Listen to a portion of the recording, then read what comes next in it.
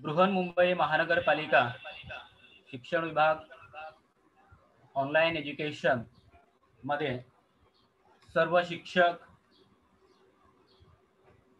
Nodal अधिकारी Shrimati Nita Thackeray madam, त्याचप्रमाणे सर्व विद्यार्थ्यांचं आजच्या या तासिकेमध्ये सर्वांचं मी हार्दिक स्वागत करतो।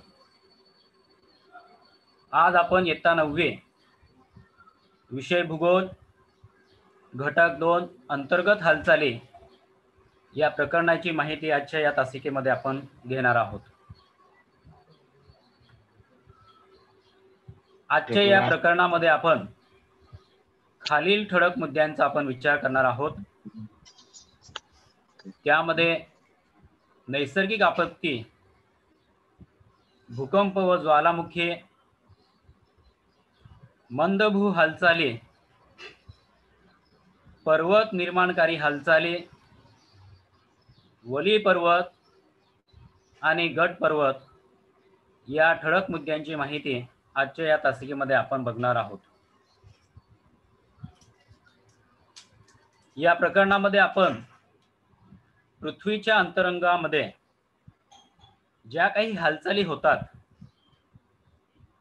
त्या हालचालींची थोडक्यात आपण या प्रकरणामध्ये माहिती करत असताना या ठिकाणी एक वृत्तपत्रामधली बातमी दिलेली आहे। छायाचित्राचं या ठिकाणी आपण निरीक्षण केल्यानंतर काही प्रश्न आहेत, त्या प्रश्नांची उत्तरं सुद्धा आपण या ठिकाणी बघणार आहोत।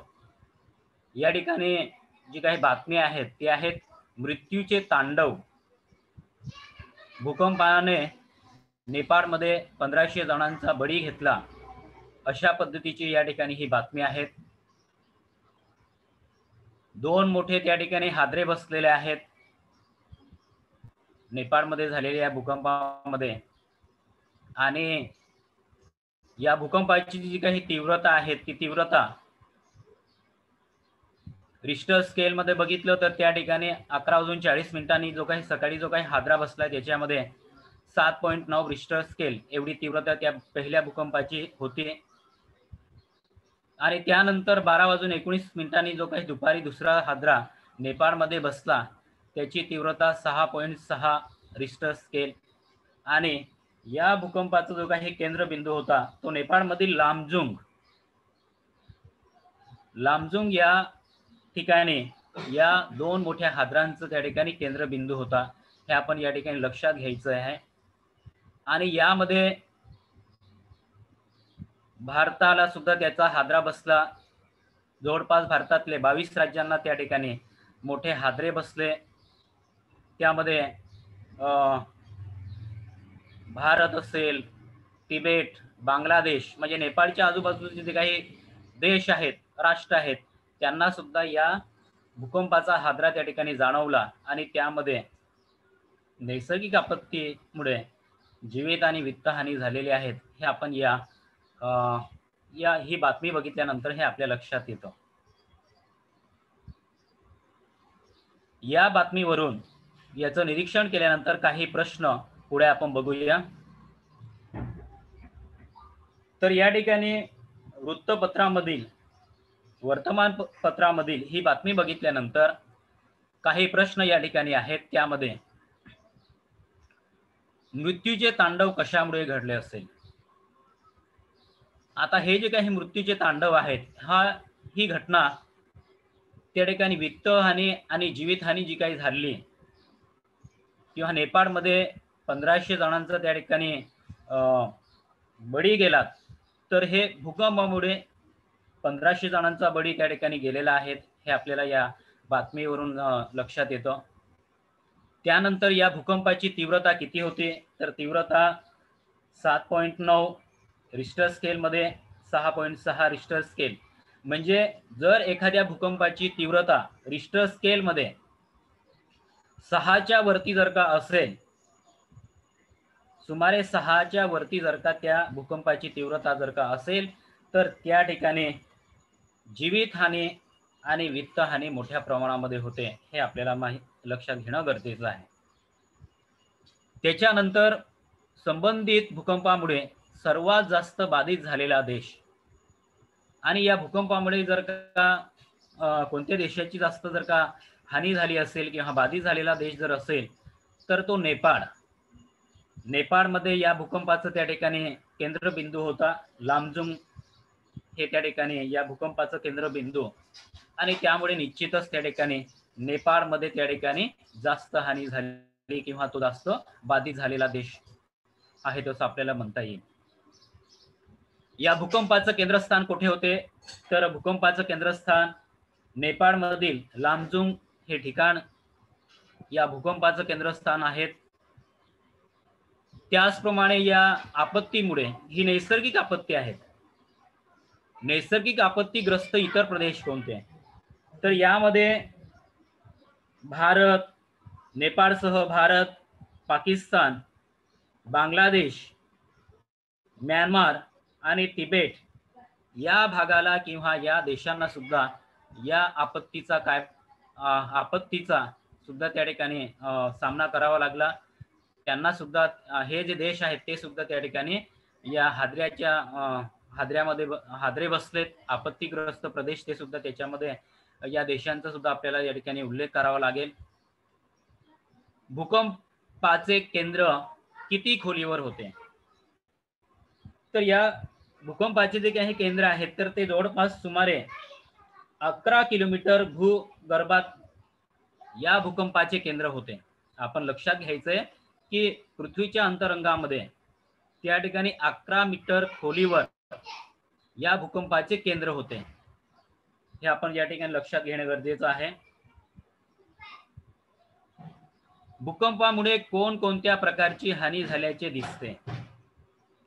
आता भूकंपामुळे आपल्याला माहिती आहे की प्रामुख्याने मोठ्या प्रमाणामध्ये त्या ठिकाणी या भूकंपामध्ये वित्तहानी आणि जीवितहानी, म्हणजे ज्या प्रदेशामध्ये या भूकंपाचा जो काही केंद्रबिंदू होता त्या केंद्रबिंदूच्या परिसरामध्ये मोठ्या प्रमाणामध्ये त्या ठिकाणी घरं उद्ध्वस्त झाली. लोकांचा त्या ठिकाणी संसार जो आहे तो त्या ठिकाणी नष्ट झाला. 1500च्या जवळपास त्या ठिकाणची लोकांचा त्या ठिकाणी बळी गेलात. म्हणजेच आपल्याला या भूकंपामुळे वित्तहानी आणि प्लस जीवितहानी मोठ्या प्रमाणामध्ये झाल्याचं या ठिकाणी आपल्याला दिसून येतं. नैसर्गिक आपत्तीमुळे या दोन प्रकारच्या हानी तर होतातच, वित्तहानी आणि जीवितहानी. तुमच्या मते भूकंप घडण्यामागचं कारण काय असावे तर भूकंप किंवा ज्वालामुखी जेव्हा होतात तर त्याचं घडण्यामागचं महत्त्वाचं कारण म्हणजे त्या ठिकाणी पृथ्वीच्या अंतरंगामध्ये मंद आणि शीघ्र गतीच्या हालचाली होतात आणि या हालचालींमुळे मग त्या ठिकाणी भूकंप किंवा ज्वालामुखी होत असतात. हे आपण या ठिकाणी लक्षात घेणं गरजेचं आहे. तुम्हाला कधी अशा भूकंपाचा अनुभव आला आहे का याविषयी त्या ठिकाणी आपण चर्चा केली. तर आपण कोकण किनारपट्टीमध्ये राहतो, मुंबई विभागामध्ये त्या ठिकाणी राहतो, तर आपल्याला माहितच आहे की पालघर जिल्ह्यामध्ये आत्ताच 4-5 महिन्यापूर्वी त्या ठिकाणी हादरे त्या ठिकाणी बसलेले आहेत. हे आपण न्यूज पेपरमध्ये आपण किंवा टीव्हीवर सुद्धा आपण ऐकलेलं आहे. तर अशा पद्धतीचे हादरे महाराष्ट्राला सुद्धा बऱ्याचदा त्या ठिकाणी अनुभव त्या ठिकाणी झालेला आहेत. मग त्या ठिकाणी लातूरमध्ये त्या ठिकाणी सुद्धा भूकंप झाला. त्या प्रदेशातल्या लोकांनी या भूकंपाचा त्या ठिकाणी अनुभव घेतलेला आहे. म्हणजेच आपल्याला कमी जास्त प्रमाणामध्ये या भूकंपाचा आपल्याला अनुभव आलेला असेल असं मला खात्री आहे. पृथ्वीवरील काही वेळेस वेगवेगळ्या नैसर्गिक घडामोडी होतात. बघा, पृथ्वीवर बऱ्याचदा अनेक नैसर्गिक आपत्ती त्या ठिकाणी घडतात. त्याच्यामध्ये महापूर, वादळे, हिमवर्षाव, अतिवृष्टी इत्यादी. आता ह्या सगळ्या नैसर्गिक घडामोडींची किंवा नैसर्गिक आपत्तींची, आता आपत्तीचे जर का आपण बघितले तर दोन प्रकार आहेत. एक नैसर्गिक आपत्ती आणि एक मानव निर्मित आपत्ती. मग नैसर्गिक आपत्तीचा जर का विचार केला आपण तर त्यामध्ये महापूर आत्ताच त्या ठिकाणी पावसाळा अजून तसं पावसाळ्याचे जे काही दिवस आहेत ते गेलेले आहेत, परंतु भारताच्या काही भागामध्ये अजून सुद्धा त्या ठिकाणी पाऊस सुरू आहे. आणि यामुळे या पावसामुळे मग उत्तर भारतामध्ये जर का आपण बघितलं, बिहार आहेत, उत्तर प्रदेश आहेत किंवा हिमाचल प्रदेश आहे, उत्तराखंड आहेत, तर ह्या प्रदेशामध्ये ज्या हिमालयामध्ये ज्या काही नद्या त्या ठिकाणी वाहून येतात आणि त्यामुळे बऱ्याचदा उत्तर भारतामध्ये सुद्धा बऱ्याच लोकांना महापुराचा तडाखा किंवा महापुराचा सामना त्या ठिकाणी करावा लागतो, हे आपण बघितलेलं आहे. वादळे आहेत, त्या ठिकाणी जोरदार अशी त्या ठिकाणी वादळं निर्माण होतात. तर ही सुद्धा एक नैसर्गिक आपत्ती आहे. महापुरामध्ये बऱ्याचदा बरीच गावं त्या ठिकाणी वाहून जातात. वादळांमुळे त्या ठिकाणी घरं उद्ध्वस्त होऊन जातात. हिमवर्षाव आहेत, बर्फांचं त्या ठिकाणी वर्षाव होतो, बर्फवृष्टी होते, हिमवृष्टी होते आणि त्यामुळे सुद्धा बऱ्याचदा त्या ठिकाणी शेतीचं मोठं नुकसान होतं, हे आपण बघितलेलं आहे. आणि त्याचप्रमाणे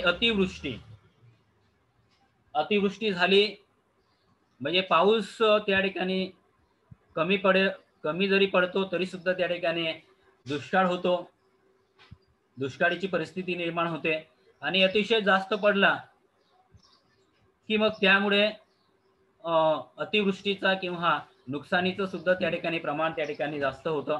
म्हणजे आपण आताच बघतो की शेतकऱ्यांनी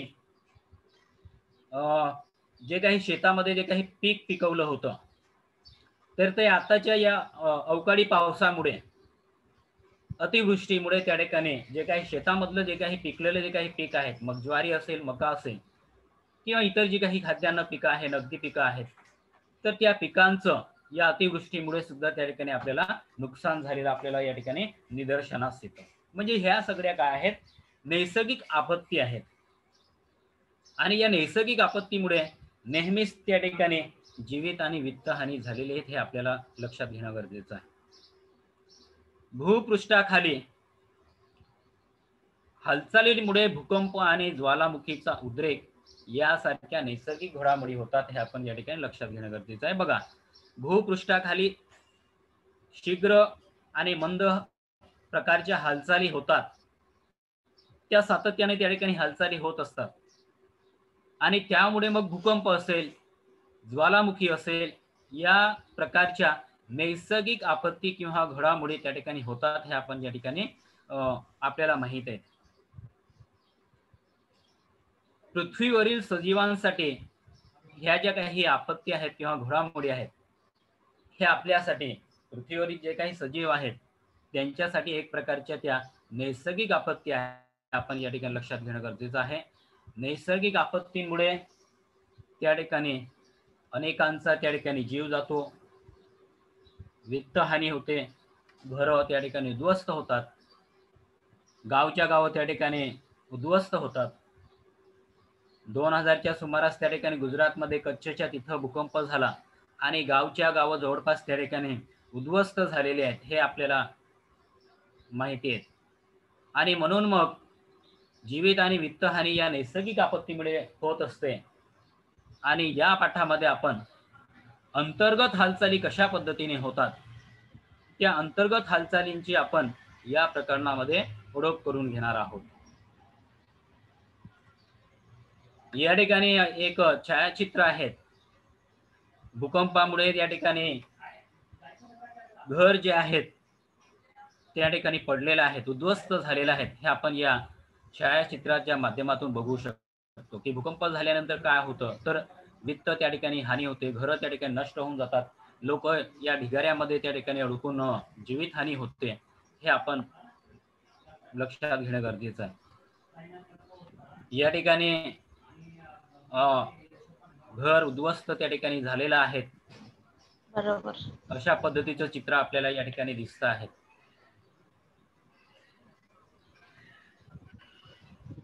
या प्रकरणाची आपण माहिती घेत असताना आपल्याला या ठिकाणी आकृती क्रमांक 2.2 अ मध्ये आपल्याला या ठिकाणी कृती करून बघायची आहे की 2.2 मध्ये दाखवल्याप्रमाणे वह्या एकमेकांवर आपल्याला ठेवायच्या आहेत. हा प्रयोग आपण घरच्या घरी सुद्धा आपल्याकडे असलेल्या ज्या वह्या आहेत त्या वह्या घेतल्यानंतर ह्या पद्धतीने आपण त्याची एकमेकांवर ठेवल्यानंतर त्यावर चित्रात दाखवल्याप्रमाणे 2.2 मध्ये दाखवल्याप्रमाणे वह्यांची रचना करायची आहेत. त्यावर खडू, डस्टर, टोक यंत्र, रबर अशा 3-4 वस्तू उभ्या करून ठेवायच्या आहेत. बघा आकृती क्रमांक 2.0 मध्ये बघितल्यानंतर अशा पद्धतीने आपण त्या ठिकाणी रचना करून वह्या ठेवायच्या आहेत. आणि अशा पद्धतीने वह्या ठेवल्यानंतर मग त्याच्यावर आपण घरच्या घरी सुद्धा ही कृती करू शकतो, हा प्रयोग करू शकतो. खडू असेल, डस्टर, टोक यंत्र, रबर अशा 3-4 वस्तू उभ्या करून ठेवल्यात. आणि ठेवल्यानंतर मग आकृती क्रमांक 2.2 ब मध्ये प्रमाणे एक वही तिच्या वरील वह्या न हलवता चटकन काय करायचे आहेत, काढून घ्यायची. आणि मग ती वही काढून घेतल्यानंतर मग काय होतंय ते आपण त्या ठिकाणी निरीक्षण करू शकतो की वह्या त्या ठिकाणी वह्यांमधनं एक वही आपण न हलवता ती वही काढून घेतल्यानंतर त्या ठिकाणी ज्या वरच्या वहीवर ज्या काही वस्तू ठेवल्या होत्या मग ते डस्टर त्या ठिकाणी पडलेलं आहेत, आडवं झालेलं आहे, खडू आडव्या झालेला आहेत, टोक यंत्र त्या ठिकाणी आडवं झालेलं आहे, रबर आहेत ते सगळं आडवं झालेले आहे. म्हणजे अशाच पद्धतीने जर पृथ्वीच्या अंतरंगामध्ये जर का अशा पद्धतीची जर का हालचाल झाली तर भूपृष्ठावर असलेले जी काही घरं असतील, मग त्यामध्ये झाडं असू शकतात, तर ती सगळीच त्या ठिकाणी कोसळतात, पडतात, घरं त्या ठिकाणी पडतात. अशा पद्धतीचा अनुभव या छायाचित्रामधनं आपल्याला, या कृतीमधनं आपल्याला त्या ठिकाणी लक्षात घ्यायचा आहे. त्याच्यानंतर पुन्हा आकृती क्रमांक 2.3 मध्ये या ठिकाणी पुन्हा वह्यांची रचना याप्रमाणे केल्यानंतर त्याचप्रमाणे त्या वह्यांची रचना केल्यानंतर वह्या मागे पुढे त्या ठिकाणी ठेवलेल्या आहेत. बघा खडू पुन्हा घेतला, डस्टर, टोक यंत्र, रबर अशा 3-4 वस्तू पुन्हा आपण उभ्या करून ठेवल्या. वह्यांची रचना थोडीशी त्या ठिकाणी बदललेली आहे.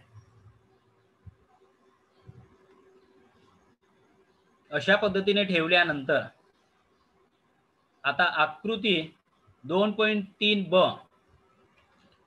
याप्रमाणे गठ्ठ्याला जो काही वह्यांचा जो काही गठ्ठा आहे त्याला आपण हळूच त्या ठिकाणी धक्का द्या आणि निरीक्षण करा. हळूच त्या ठिकाणी धक्का दिल्यानंतर मग निरीक्षण केल्यानंतर त्या ठिकाणी पुन्हा पूर्ण जी काही वह्यांचा जो काही चंच आहेत किंवा गठ्ठा आहेत त्या ठिकाणी तो हलतो.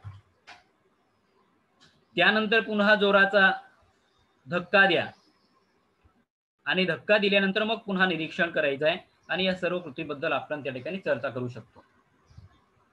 आता त्या ठिकाणी धक्का दिला, पुन्हा जोराचा त्या ठिकाणी धक्का दिला आणि हे सगळं बघितल्यानंतर त्या ठिकाणी ज्या वह्या आहेत वह्यांवर असलेल्या वह्या सुद्धा हलता आहेत आणि प्लस वह्यांवर असलेल्या जे काही वस्तू ठेवलेल्या होत्या डस्टर, खडू, त्यानंतर टोक यंत्र, रबर, त्या सगळ्या वह्या सुद्धा त्या ठिकाणी काय झालेल्या आहेत, उभ्या ज्या होत्या त्या आडव्या पडलेल्या आहेत.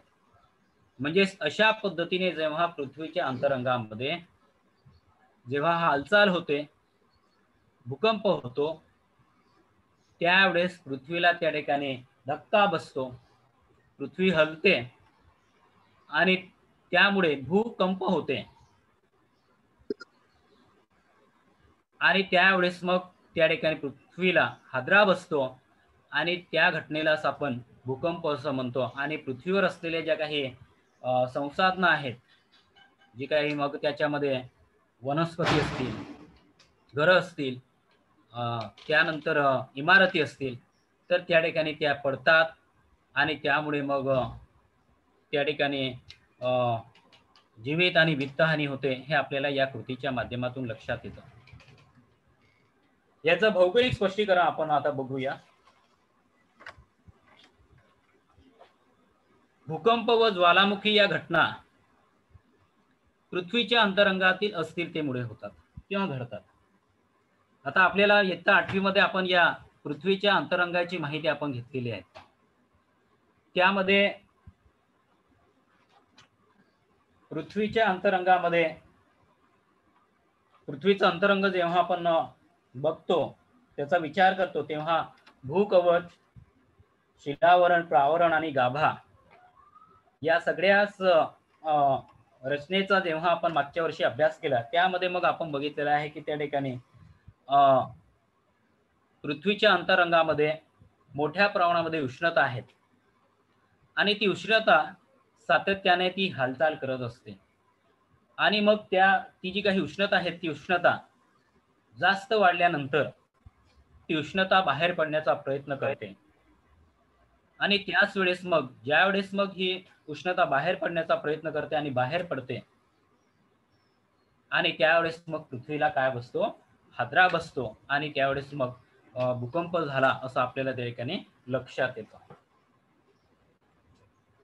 पृथ्वीच्या अंतरंगातील हालचालीमुळे भूकंप आणि ज्वालामुखी या घटना होतात आणि भूपृष्ठ अंतर्गत हालचाली मुख्यतः जमिनीच्या अंतर्गत भागामध्ये ज्या काही हालचाली होतात त्या मुख्यतः प्रावरणाच्या थरावर होतात. प्रावरणाच्या वरच्या थरामध्ये होतात. हे आपण या ठिकाणी लक्षात घ्यायचं आहे की प्रावरण आणि प्रावरणाच्या वरच्या थरामध्ये या मंद आणि शीघ्र हालचाली होतात. प्रावरणातील किरणोत्सारी पदार्थातून प्रचंड प्रमाणामध्ये ऊर्जा निर्माण होते. प्रावरणामध्ये त्या ठिकाणी जी काही ऊर्जा आहे, जी काही किरणोत्सारी पदार्थ आहेत, त्या किरणोत्सारी पदार्थामध्ये मोठ्या प्रमाणामध्ये त्या ठिकाणी ऊर्जा असते, उष्णता असते आणि या ऊर्जा लहरी एका ठिकाणावरनं दुसऱ्या ठिकाणी जात असतात. अंतरंगामध्ये त्या एका ठिकाणीच राहत नाहीत. त्या ठिकाणी त्या ऊर्जा लहरीची हालचाल होत असते आणि त्यामुळे मग ऊर्जेच्या या अशा प्रवाहामुळे एका ठिकाणावरून दुसऱ्या ठिकाणी त्या ऊर्जेचा प्रवाह होत असतो आणि त्यामुळे पृथ्वीच्या अंतरंगामध्ये त्या ठिकाणी अस्थिरता निर्माण होते. पृथ्वीच्या अंतरंगामध्ये अस्थिरता निर्माण होते म्हणजे पृथ्वीच्या अंतरंगामध्ये स्थिरता नसतेच आणि अस्थिरता निर्माण झाली की मग त्या ठिकाणी पृथ्वीला त्या ठिकाणी ज्या पृथ्वीच्या अंतरंगामध्ये त्या ठिकाणी हालचाली होतात आणि भू अंतर्गत हालचालीचे वर्गीकरण गती, दिशा आणि भूरूपांवर या ठिकाणी आधारित आहेत. या ठिकाणी अशा पद्धतीने जेव्हा हालचाली होतात तर या ठिकाणी हे चित्र दाखवलेलं आहे ज्वालामुखीचं त्या ठिकाणी उद्रेक झालेला आहे. अशा पद्धतीचं छायाचित्र या ठिकाणी आपल्याला लक्षात घेते. भू हालचालीचं या ठिकाणी वर्गीकरण केलेलं आहे, ते आपण पुढे बघूया. या ठिकाणी ज्वालामुखीचा उद्रेक झाल्याचं या ठिकाणी छायाचित्र या ठिकाणी आपण स्क्रीनवर बघू शकतो. त्या ठिकाणी ज्वाला म्हणजे पृथ्वी हे ज्वालामुखीचं चित्र बघितल्यानंतर आपल्या लक्षामध्ये येईल की पृथ्वीच्या अंतर्गामध्ये किती मोठ्या प्रमाणामध्ये त्या ठिकाणी उष्णता आहे, ऊर्जा किती आहे.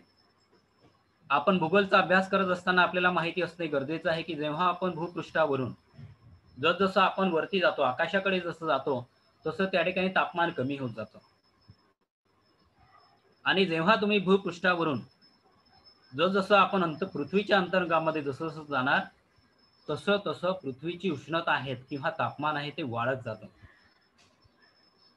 आणि त्या ठिकाणी पृथ्वीचा जो काही केंद्रबिंदू आहेत गावामध्ये, तर त्या ठिकाणी त्या उष्णता जी आहेत ती ज्या ठिकाणी पृथ्वीचा जो केंद्रबिंदू आहे गाभामध्ये, तर त्या ठिकाणी उष्णता जवळपास 6000 सेल्सिअस डिग्रीपेक्षा जास्त आहेत.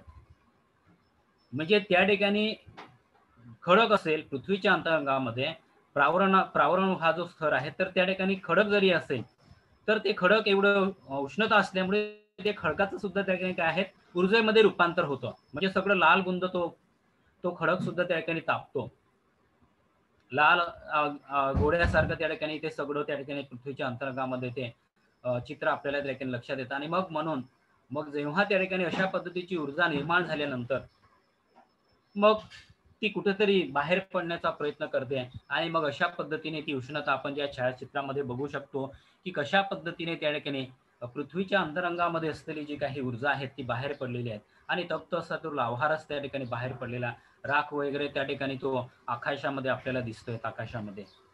तर हे झालं ज्वालामुखीचं हे छायाचित्र आहे. या ठिकाणी अंतर्गत भू हालचालीचं आपण जेव्हा वर्गीकरण करतो तर वर्गीकरणाचा आधार आणि हालचाली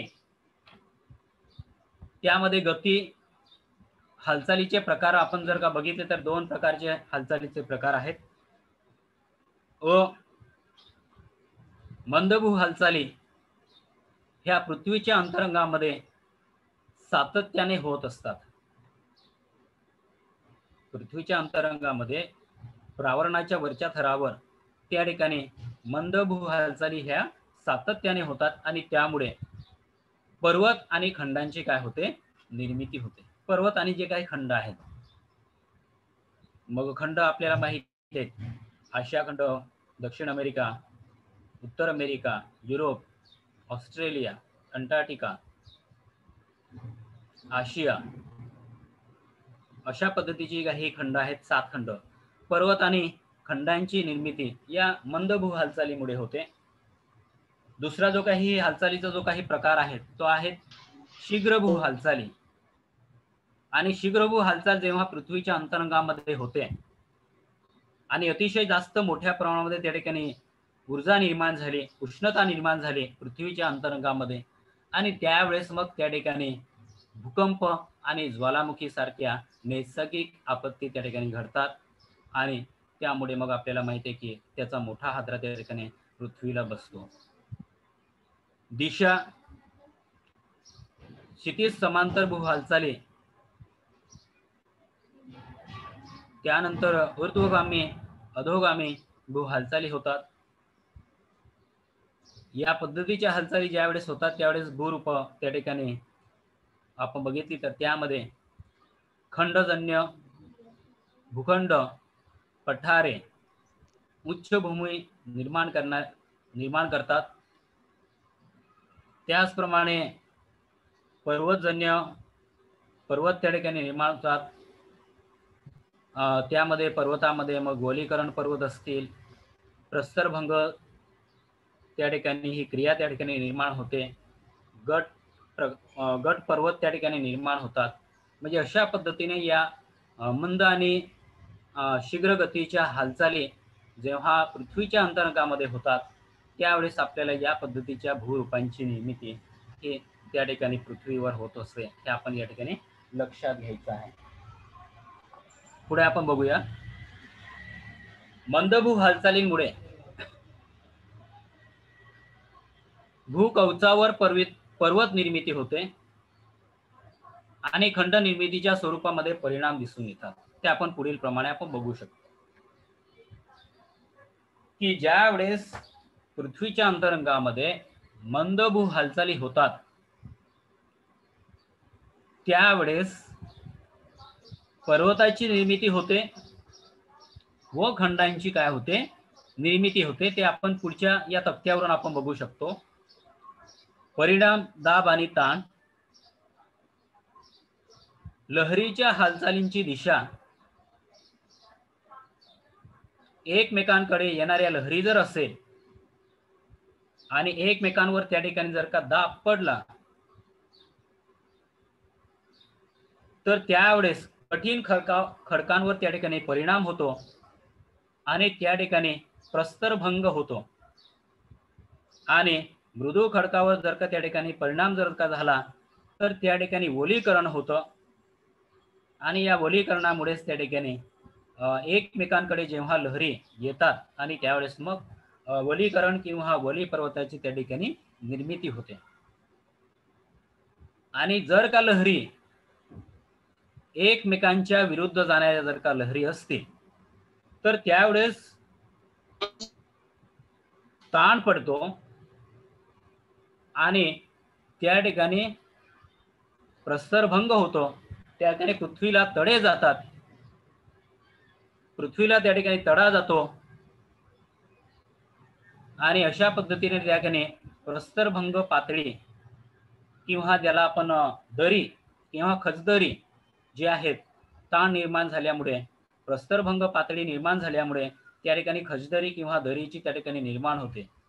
हे आपण या तक्त्याच्या माध्यमातून आपण हे आपण लक्षात घ्यायचं आहे. आकृती क्रमांक 2.4 मध्ये भू हालचाली आणि त्याचे परिणाम बघितल्यानंतर ह्या पद्धतीने मग त्या ठिकाणी ओली पर्वत आणि गट पर्वताची त्या ठिकाणी निर्मिती होते. म्हणजे दाब पडल्यामुळे एकमेकांकडे येणाऱ्या लहरी जेव्हा येतात तेव्हा त्या ठिकाणी दाब पडतो आणि ओली पर्वताची निर्मिती होते. आणि जेव्हा लहरी एकमेकांच्या विरुद्ध जाणाऱ्या असतात तेव्हा ताण पडतो आणि तडा जातो जमिनीला, पृथ्वीला, आणि त्यावेळेस मग त्या ठिकाणी गट पर्वताची त्या ठिकाणी निर्मिती होते. हे आपल्याला या तक्त्यावरून लक्षात येतं. पर्वत निर्माणकारी हालचाली या ठिकाणी कृती नंबर 1 दिलेले आहेत. या कृतीवरून आपल्याला या ठिकाणी लक्षात घ्यायचं आहे. कागदाची साधारण 30 सेंटीमीटर लांब पट्टी घ्या. ही कृती आपण घरी सुद्धा करू शकतो. कागदाची एक साधारणतः 30 सेंटीमीटर लांब आपण पट्टी घ्यायची आहे. ही पट्टी घेतल्यानंतर त्या कागदी पट्टीच्या दोन्ही टोकावर हात ठेवा. दोन्ही टोकावर 30 सेंटीमीटर त्या ठिकाणी आपण पट्टी घेतल्यानंतर दोन्ही टोकावर त्या ठिकाणी हात ठेवायचे आहेत. आणि हात ठेवल्यानंतर आता दोन्ही हात हळूहळू एकमेकांच्या दिशेने पट्टीवर दाब देऊन सरकवा. बघा, आकृती क्रमांक 2.5 अ मध्ये आपण बघितल्यानंतर दोन्ही टोकावर हात त्या ठिकाणी ठेवलेले आहेत आणि हळूहळू एकमेकांच्या दिशेने पट्टीला काय करायचं आहे? दाब द्यायचा आहे. दाब द्यायचा आहे म्हणजे सरकवायचे आहे. त्या पट्टीवर दाब देऊन आपण त्या एकमेकांच्या दिशेने सरकवल्यानंतर त्या पट्टीवर काय परिणाम होतो त्याचं निरीक्षण करा. आता त्याचा परिणाम काय होतो ते आकृती क्रमांक 2.5 ब मध्ये आपल्याला या ठिकाणी त्या ठिकाणी आपल्याला दिसतंय आकृतीमध्ये. तर त्या ठिकाणी दाब दिल्यानंतर त्या ठिकाणी जी काही कागदी पट्टी आहेत ती पट्टी त्या ठिकाणी वरती उचलली गेलेली आहे दाब त्या ठिकाणी पडल्यामुळे. दोन्ही साइडकडनं, दोन्ही बाजूकडनं त्या ठिकाणी दाब त्या ठिकाणी असल्यामुळं त्या ठिकाणी जी पट्टी आहेत ती पट्टी वरती त्या ठिकाणी उचलली गेलेली आहेत. म्हणजे एक प्रकारची घडी त्या ठिकाणी झालेली आहेत आणि अशाच पद्धतीने वलय त्या ठिकाणी निर्माण होतं. आणि मग ह्या मंदभू हालचालीमुळे दाब पडल्यामुळे एकमेकांकडे त्या ठिकाणी दाब त्या ठिकाणी दिल्यामुळं त्या ठिकाणी घडी निर्माण झालेली आहेत, वलय त्या ठिकाणी निर्माण झाले आहेत. आणि अशा पद्धतीच्या या आकृतीमधनं आपल्याला पुढे आपण बघू शकतो की वली पर्वताची अशा पद्धतीने काय होते? निर्मिती होते. वली पर्वत याचं भौगोलिक स्पष्टीकरण आपण बघूया. कृती क्रमांक 1 प्रमाणे पट्टीच्या दोन्ही टोकांवर हात ठेवून दोन्ही टोके एकमेकांकडे जेव्हा आपण सरकवतो त्यावेळेस पट्टीवर जे काही कार्य झाले त्यालाच आपण दाब असे संबोधतो. म्हणजे आपण दोन्ही पट्टीवर त्या ठिकाणी दाब दिला आणि जो काही तो पट्टीचा जो भाग आहे तो त्या ठिकाणी वरती उचलला गेला, वलय त्या ठिकाणी निर्माण झालं आणि त्यामुळे परिणामी पट्टी सरकली आणि त्या ठिकाणी त्या पट्टीला काय पडल्या? घड्या पडल्या. अशाच प्रकारे भूकवचामध्ये सुद्धा अशाच पद्धतीच्या या हालचालींमुळे भूकवचामध्ये त्या ठिकाणी दाब पडतो, हालचाल होते आणि परिणामी त्या भूकवचाला भूपृष्ठावर त्या ठिकाणी घड्या पडतात आणि या अशा पद्धतीच्या या दाबामुळे, अंतर्गत हालचालीमुळे त्या ठिकाणी वलय निर्माण होतो आणि या दाबामुळे वली पर्वताची निर्मिती होते. आपण ते पुढे बघूया.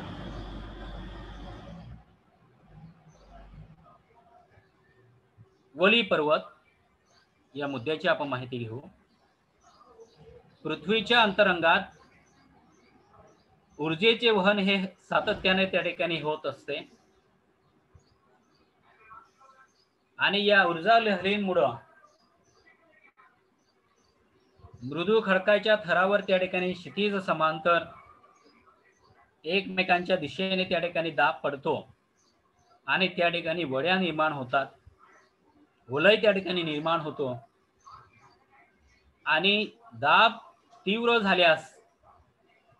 तीव्र असल्यास त्या ठिकाणी वड्या मोठ्या प्रमाणामध्ये पडतात. दाब जर का त्या ठिकाणी जास्त असल्यास त्या ठिकाणी मोठ्या प्रमाणामध्ये वड्या पडतात, वलय निर्माण होतात आणि त्यामुळे त्यांची गुंतागुंत वाढते. आता या ठिकाणी आकृती क्रमांक 2.6 मध्ये आपण बघू शकतो. त्या ठिकाणी वड्यावर वड्या त्या ठिकाणी आहेत, वलयवर वलय अशा पद्धतीने त्या ठिकाणी गुंतागुंत त्या ठिकाणी झालेली आहेत आणि त्यामुळे मग भूपृष्ठ त्या ठिकाणी काय होतो, उचलला जातो.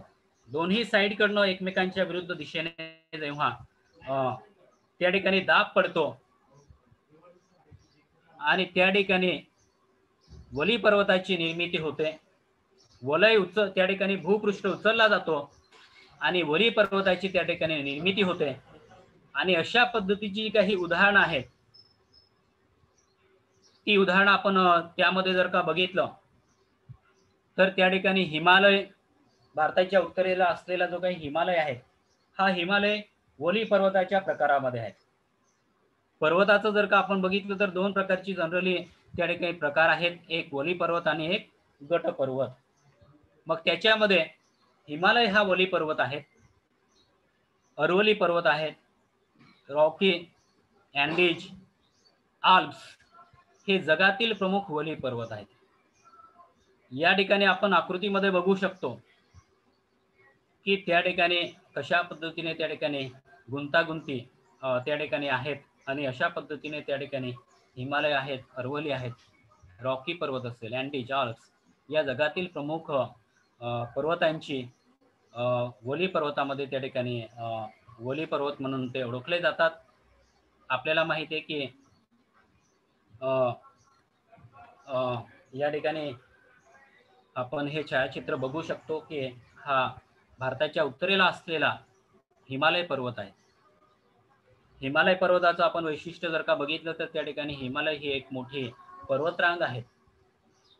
पृथ्वीवर त्या ठिकाणी अंतर्गत हालचालींमुळे या हिमालय या वली पर्वताची निर्मिती झालेली आहे.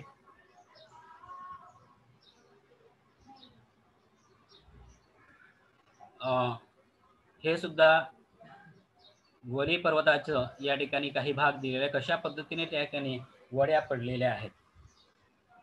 पृथ्वीच्या अंतर्गत हालचालींमुळे अशा पद्धतीने वली पर्वताची त्या ठिकाणी निर्मिती होते, हे आपण या ठिकाणी लक्षात घ्यायचं आहे. हे छायाचित्र सुद्धा हिमालय पर्वताचं आहे, नयनरम्य असं हे ठिकाण. या ठिकाणी आपल्याला थरावर थर त्या ठिकाणी असल्यासारखं आपल्याला त्या ठिकाणी वड्या एकावर एक त्या ठिकाणी आहेत, अशा पद्धतीचं या छायाचित्रावरून आपल्याला दिसतं आहे. हा सुद्धा हिमालय हा वली पर्वत आपण बघू शकतो.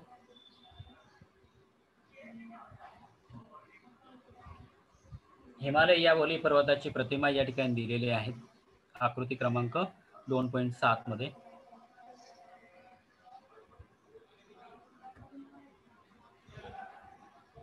आता ह्याच्यानंतर कृती नंबर 2 आपण बघूया. पुन्हा दुसरी कृती, पातळ कागदाची एक लांब पट्टी घ्या. आपण पातळ कागद घ्यायचा आहे, कागदाची एक पट्टी घ्यायची आहे आपण ही कृती आपण घरी सुद्धा करू शकतो.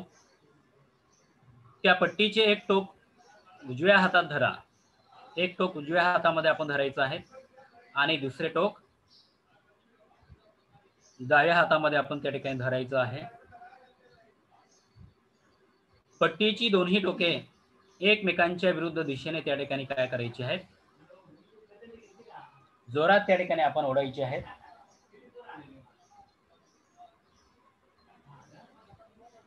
आणि एकमेकांच्या विरुद्ध दिशेने आपण जोरात ओढल्यानंतर त्या कागदाच्या पट्टीवर काय परिणाम होतो त्याचं आपण निरीक्षण करायचं आहे. आता या ठिकाणी आपण दोन्ही टोकं आपण एकमेकांच्या विरुद्ध जोरात जेव्हा आपण ताणतो, ओढतो, त्यावेळेस मग त्या पट्टीवर, त्या कागदी पट्टीवर त्या ठिकाणी ताण पडतो आणि ताण पडल्यामुळे मग त्या ठिकाणी आकृती 2.8 वर 8 मध्ये आपण बघू शकतो की ताण पडल्यानंतर ती पट्टी त्या ठिकाणी दोन भागामध्ये त्या ठिकाणी तुटलेली आहे, तडा गेलेला आहे.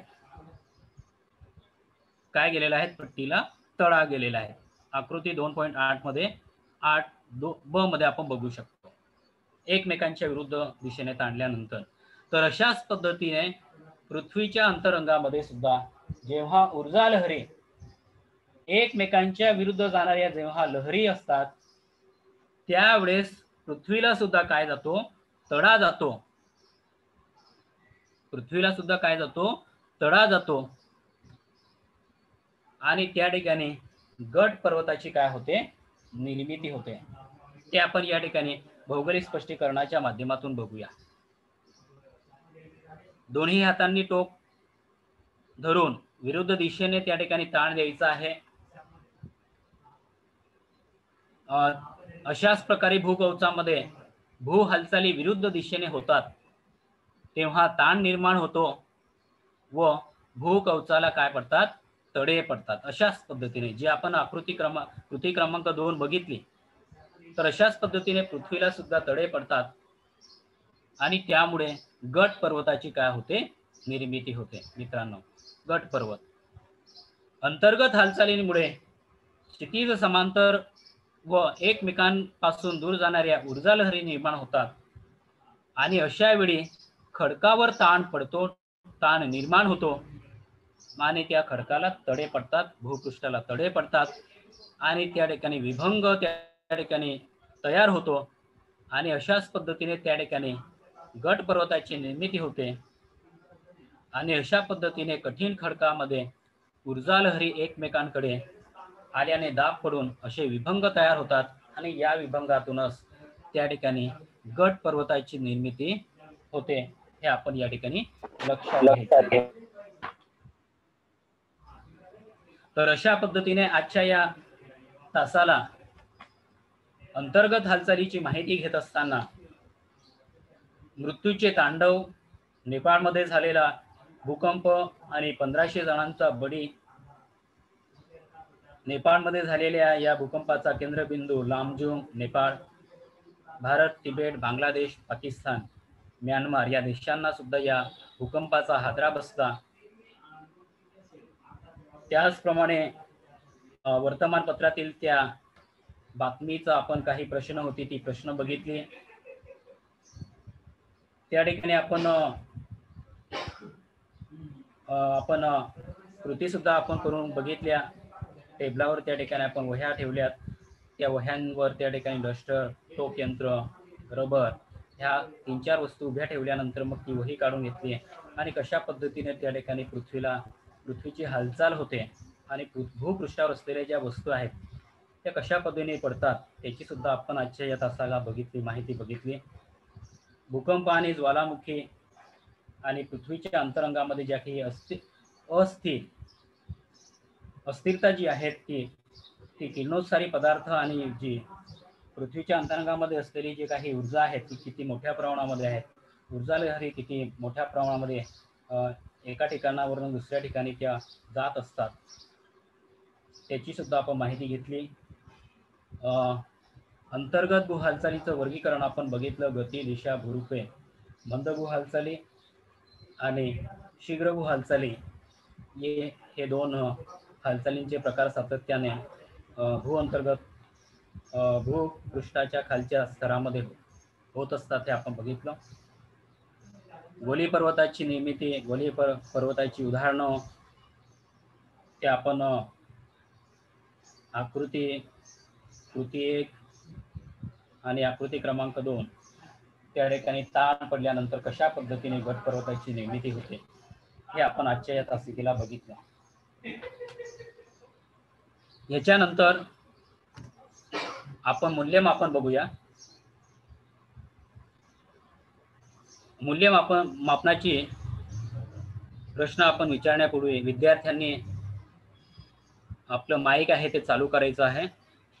विद्यार्थ्यांसाठी आता प्रश्न मूल्यमापन. पहिला प्रश्न, कोणत्याही 2 नैसर्गिक आपत्तींची नावे सांगा. विद्यार्थ्यांनी माईक त्या ठिकाणी अनम्यूट करायचा आहे आणि प्रश्नांची उत्तरं द्यायची आहेत. कोण सांगेल बरं विद्यार्थ्यांपैकी?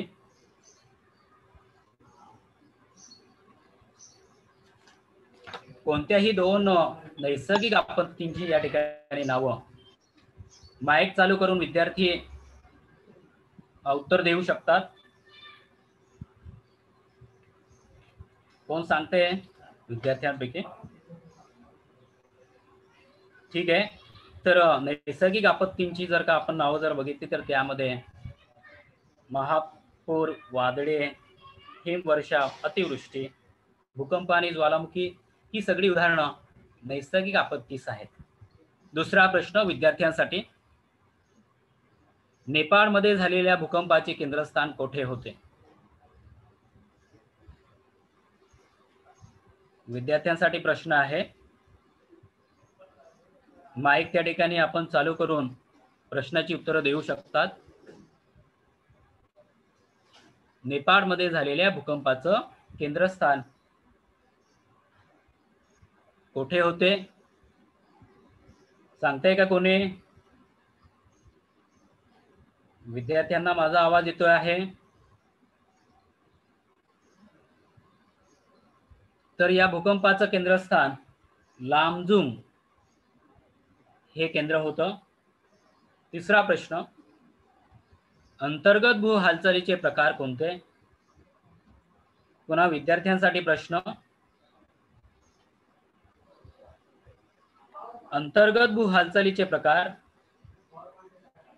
मंद हालचाली आणि शीघ्र हालचाली हे 2 प्रकार आहेत. चौथा प्रश्न, हिमालय हा कोणत्या प्रकारचा पर्वत आहे? विद्यार्थ्यांनी माईक चालू करून प्रश्नांची उत्तरं द्यायची आहे. माझा आवाज येत असेल तर. हिमालय हा पर्वत कोणत्या प्रकारचा आहे? हिमालय हा वली पर्वत आहे. ओके, तर अशा पद्धतीने आपण या ठिकाणी मूल्यमापन बघितलं. पुन्हा आपण अंतर्गत हालचालीचा उर्वरित भाग घेऊन आपण पुढच्या तासाला भेटूया. सर्वांचं धन्यवाद.